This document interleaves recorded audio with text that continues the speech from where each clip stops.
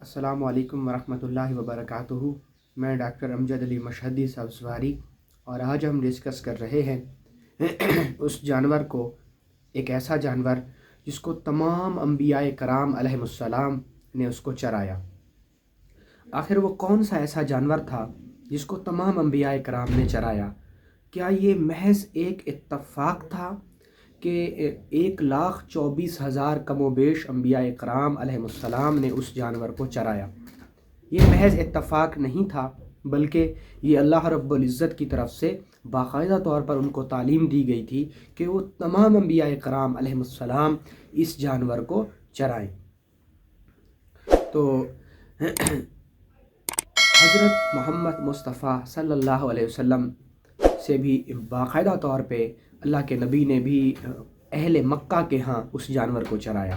तो उसी के मुतालिक आज हम डिस्कस करने वाले हैं कि वो जानवर कौन सा था और क्यों तमाम अम्बिया कराम अलैहिस्सलाम को उस जानवर को चराने का हुक्म दिया गया।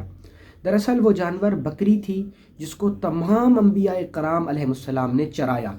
अब बहुत सारे मुहद्दिसीन इसको महज इत्तफाक जानते हैं। ऐसा बिल्कुल भी नहीं हो सकता कि तमाम अम्बिया कराम बकरी को चराएं और ये हम इसको महज एक इत्तफाक कह लें, ऐसा मुमकिन नहीं हो सकता। अल्लाह के नबी ने भी अहले मक्का की चंद मुआवजे के तौर पे अहले मक्का की बकरियां चराईं। हज़रत मोहम्मद मुस्तफ़ा अहमद मुज्तबा सल्लल्लाहु तआला अलैहि वसल्लम ने हज़रत हलीमा सादिया, आपकी रज़ाई वालिदा, उनकी बकरियां भी चराईं। आखिर क्या वजह है कि बकरी ही क्यों चराई गई तमाम अम्बिया कराम अलैहिमुस्सलाम से?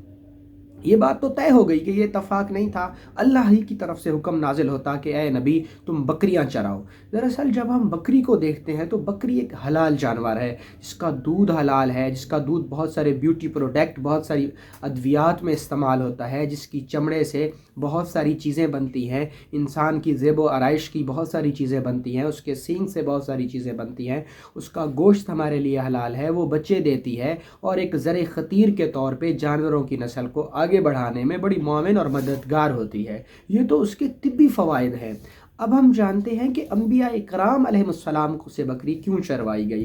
दरअसल जब हम बकरी की साख्त को, जब बकरी की ज़िंदगी को हम देखते हैं तो ये तमाम जानवरों के अंदर शरीर जानवर है जो हलाल है।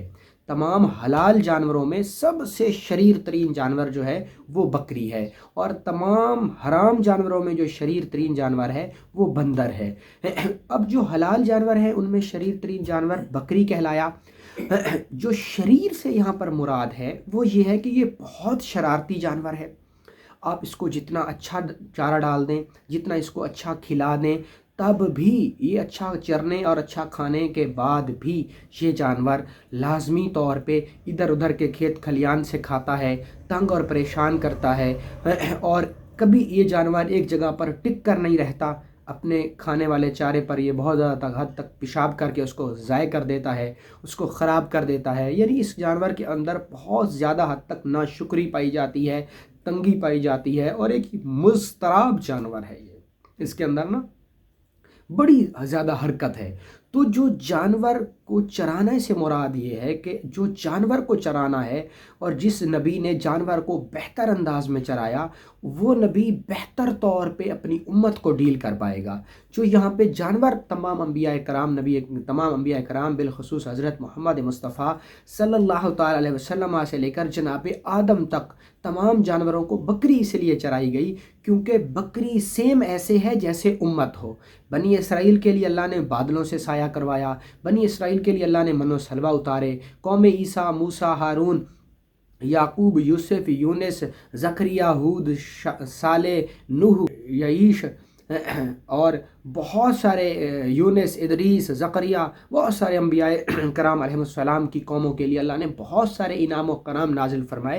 लेकिन उसके बावजूद भी उनकी कौमें नाफरमानी में डूब गई। उन्होंने कुफ्र और शिर्क का इर्तिकाब किया और नाशुक्री का इजहार किया। तो सेम ऐसे ही जैसे बकरी को हम बहुत ज़्यादा खिलाते पिलाते हैं, लेकिन उसके बावजूद भी उसने चीखना, चिल्लाना, शोर मचाना और तंग व परेशान किए ही रखना है। तो और हमारे यहाँ आमतौर पे एक ज़रबल मिसल भी ली जाती है कि जिसको कोई परेशानी ना हो तो उसको चाहिए कि वो कोई बकरी पाल ले।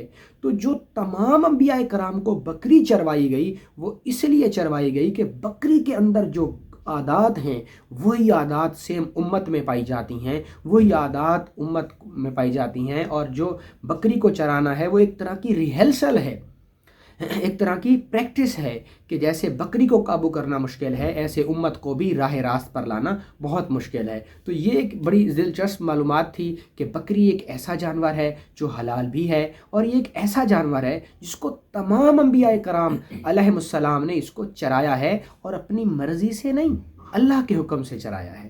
بہت شکریہ، السلام علیکم۔